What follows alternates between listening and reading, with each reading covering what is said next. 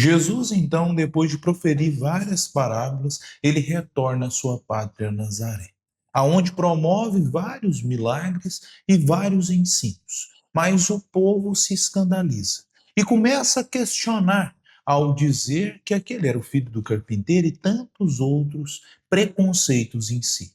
Então ele diz que o profeta, ele é reconhecido, sim, exceto em sua pátria, em sua casa.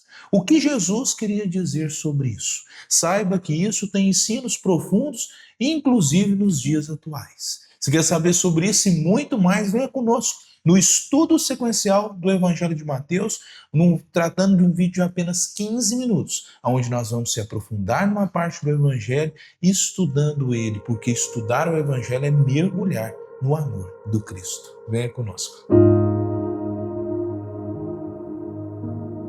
E chegamos hoje no nosso estudo, o fechamento do capítulo 13, aonde Jesus, depois de proferir as parábolas, conforme nós dissemos ali na introdução, ele retorna, ele vai até Nazaré, aonde nós temos um ensino muito forte, que hoje será trabalhado aqui. Conforme nós dissemos ali na introdução, isso traz ensinamentos que vão nos alicerçar no dia de hoje, porque até hoje tem esse tipo de preconceito. Antes de aprofundarmos nesse nosso estudo, conforme nós sempre dissemos, mas vai que você é novo, chegou aqui hoje, você diz assim, é um estudo sequencial, então eu vou voltar lá e assistir os outros vídeos. Não.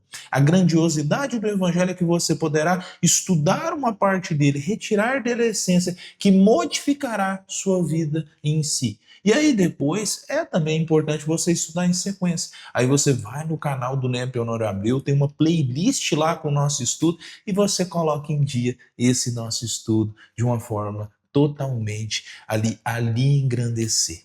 E pedimos também a você que está sempre ali acompanhando o nosso estudo, se você gostou desse vídeo, curta ele, isso ajuda na dimensão do vídeo. Compartilhe com alguém que queira estudar o Evangelho conosco.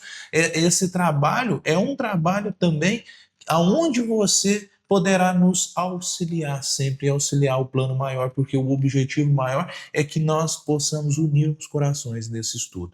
E principalmente comente o que você está achando, o que você entende sobre essa passagem, a sua participação é muito importante. Diga de onde você está falando, que isso também para nós demonstrarmos que o nosso estudo ele abrange várias pessoas, porque estudar o Evangelho é mergulhar no amor de Cristo. No fechamento do capítulo 13, nos versículos 53 a 58, nós vimos que durante esse capítulo, nós trabalhamos a questão das parábolas, onde Jesus trouxe várias parábolas e vários ensinos, principalmente sobre o reino dos céus, onde tem interpretações diversas. Mas depois de proferir essas parábolas, fala assim no 53, quando Jesus acabou de proferir essas parábolas, partiu dali. E dirigindo-se para a sua pátria, pôs-se a ensinar as pessoas que estavam na sinagoga, de tal sorte que elas se maravilhavam e diziam: de onde lhe vem essa sabedoria e esses milagres? Não é ele o filho do carpinteiro? Não se chama a mãe dele, Maria, e os seus irmãos, Tiago, José, Simão e Judas? E as suas irmãs não vivem todas entre nós? De onde então lhe vêm todas essas coisas? E se escandalizavam dele. Mas Jesus lhes disse: não há profeta sem honra, exceto em sua própria casa e sua própria pátria. E nós vemos que isso, ele ainda faz um remate. E ainda Mateus faz um remate. E não fez ali muitos milagres, por causa da incredulidade deles.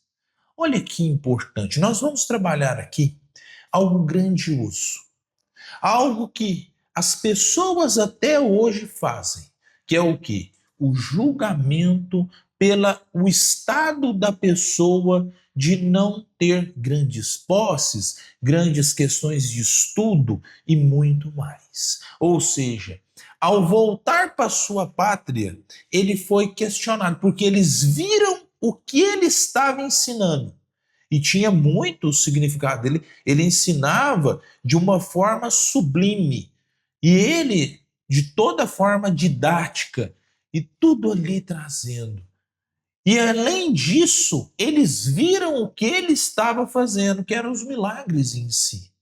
Mas eles começam a questionar como que ele pode fazer milagre? Se ele era um simples, isso resumindo, ele era um simples filho de um carpinteiro, ele estava aqui no meio de nós, ele não estudou e nas grandes escolas rabínicas, ele não ali não teve uma cultura, ele não teve nenhuma influência maior que pudesse lhe trazer essa autoridade. Jesus então arremata de uma forma sublime. Ele fala: não há profeta sem honra, exceto em sua pátria e em sua casa. Olha que importante. Por quê? Quando a pessoa é questionada, quando ela volta ali para aquelas pessoas que conviviam, isso ocorre até os dias atuais. As pessoas olham e falam assim: mas peraí, essa pessoa aqui, ele é daqui, e até que acredita no que ele está fazendo, isso tem que vir a multidão, gente de fora que não vê a pessoa, mas vê o que? A essência, o que ela está trazendo. Isso é muito importante porque esperava-se que o Messias viria de uma forma o quê? De uma forma de autoridade, e eles pensavam que essa autoridade viria com poder, e o poder até naquele tempo se conquistava por influência e dinheiro. E ele veio numa família humilde. E eles começam então a questionar. E olha que nesse questionamento, ele ainda fala: não é aquele o filho do carpinteiro? Não é aquele filho de Maria, mãe? E aí fala até os nomes dos irmãos de Jesus, que é Tiago, José, Simão e Judas. Não era os apóstolos, não era ali o Tiago, José, o Simão e o Judas, o apóstolo. E até aqui em si, nós vemos que depois, no Atos dos Apóstolos ali, Tiago, ele segue o Cristo, mas não seguia enquanto ele estava no seu ministério. Depois da morte do Cristo, Tiago entra dentro ali e tem até relatos em si. Mas isso não é o objetivo desse nosso vídeo. Qual que é o objetivo? Aqui no Rousseau Norman Chaplin, o Novo Testamento interpretado versículo por versículo, na página 445, ele traz assim: reconheceram que Jesus não era uma pessoa comum, mas hesitaram por demais em aceitar a sua autoridade. E certamente poucos o aceitaram como o Messias que cumpriu todas as profecias do Antigo Testamento. A ideia de que um personagem tão importante pudesse sair de uma vila tão pequena jamais foi aceita pelos seus habitantes. Por isso é que indagavam: de onde lhe vem essa sabedoria e poderes miraculosos? Em resumo, isso, né? Jesus não recebera instruções nas escolas rabínicas, não nascera em família importante, não estava relacionado a personagens importantes entre as autoridades políticas ou religiosas, e nem exercia nenhuma influência que pudesse fazer dele um personagem de vulto. Isso que é importante. Nós vemos a grandiosidade do mestre porque ele tinha um preparo espiritual. Ele já tinha ali sido alicerçado, preparado em si para aquele trabalho e aquela missão que ele veio cumprir. Dentro de um ponto de vista de progresso, a sua essência, o seu espírito, o seu ser já continha muita sabedoria. Isso não é somente privilégio de Jesus. Nós vemos várias pessoas que não tiveram a oportunidade de ter grandes posses, de ter uma família influente, de ter muito poder, de ter uma educação ainda maior, mas eles se engrandecem num poder maior, que é o poder de Deus. Nós vemos um exemplo muito clássico que vem de Chico Xavier. Chico Xavier é uma personalidade do Brasil e talvez até mesmo do mundo que não teve grandes estudos, não frequentava ali. Ele, antes de ir para Uberaba, ele morava numa cidadezinha muito pequena e ele foi questionado nessa cidade, que era Pedro Leopoldo, se eu não me engano, né? E ele foi questionado e depois ele foi para Uberaba, até com bastante perseguição por ele ser espírita ali na sua cidadezinha. E aí o que acontece? Ele era questionado em si. Mas ele trazia o quê? Os seus livros, as outras coisas, psicografados por ele, mas de uma originalidade dos espíritos que ele trazia ali muito grande. Nós usamos o exemplo do Chico porque ele não tinha grande estudo, não tinha grande poder e não tinha grande autoridade. E ele foi questionado. Por isso que nós falamos que até no dia de hoje, as pessoas não respeitam aqueles habitantes da sua própria cidade. Esse é o maior exemplo. E Jesus, imagina naquele tempo, há 2000 anos. E aí diz assim, não há profeta, Senhor, receta em sua pátria, em sua casa. E não fez ali muitos milagres por causa da incredulidade deles. Aqui vem um ponto. Jesus curava, gente? Não. Jesus não curava. Ele falava, vá, sua fé te curou. Nós já tratamos isso aqui no nosso estudo, a questão de cura. Porque várias pessoas procuravam um mestre, nem todos eram curados. E ele trabalhava muito essa questão da fé. E aí, o que arremata? E não fez ali muitos milagres. Mas não era porque ele não queria. O seu poder fluídico, a sua energia, o seu amor em poder curar os povos que estavam ali, estava presente. Mas, por causa da incredulidade deles, ou seja, da ausência de fé, eles não foram curados. E ele partiu em si. Isso é um ponto muito importante que você tem que ter em mente. A fé é que cura. E aí, quando você questiona demais algumas questões, não estou dizendo que você não deve questionar nada. Você tem que questionar, algumas coisas têm que ser questionadas. Mas eles questionaram mesmo vendo e mesmo ouvindo as palavras do mestre. E ainda remata. Era inconcebível para os habitantes de Nazaré supor que alguém de origem humilde, isso está no Evangelho Redivivo, pudesse ser considerado importante e, sobretudo, ser considerado o Messias, aguardado pelo povo judeu. Daí a indagação que pairava no ar. Ele, não é ele o filho do carpinteiro? O povo estava escandalizado. Peraí, esse que está falando com tamanha autoridade não é aquele filho do carpinteiro? E até com desdém em si.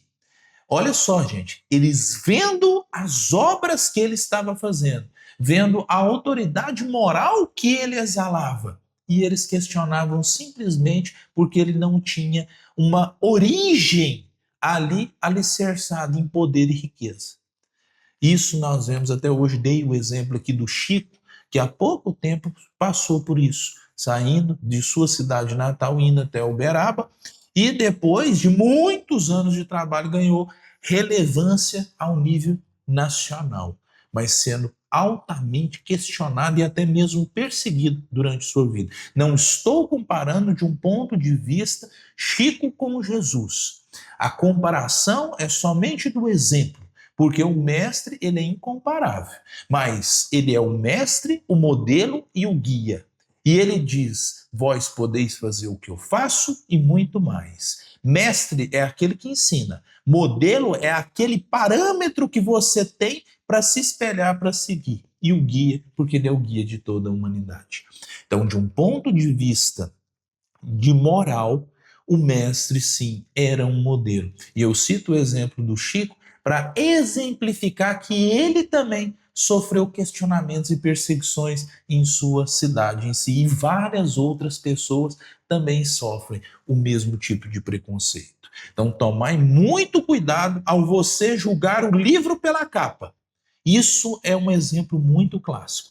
Várias pessoas humildes que nasceram em berço humilde têm sim, em sua essência, uma influência espiritual e moral muito grande, porque a espiritualidade ela não advém de berço, de um berço de ouro, de poder familiar, de todo tipo de poder. Ela advém simplesmente de Deus. Um agradecimento a todos que estão fazendo parte desse nosso estudo. Uma observação: no estudo anterior eu falei que aquele era o fechamento, né?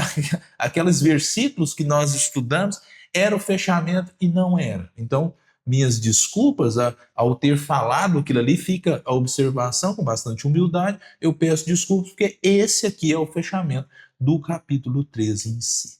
E pedimos novamente que curta, compartilhe, se inscreva no canal do NEP Honório Abreu e ative o sininho para você receber as notificações do nosso canal. Tem outros estudos lá que também vão engrandecer sua vida, e comente o que você está achando desse nosso estudo, porque estudar o Evangelho é mergulhar no amor do Cristo. Até o nosso próximo vídeo, aí sim, aonde nós vamos começar o capítulo 14, com ali a questão da execução de João Batista e trazendo outros tipos de estudo aqui e o ensino. Um abraço e até o nosso próximo dia de estudo do Evangelho. Fiquem em paz.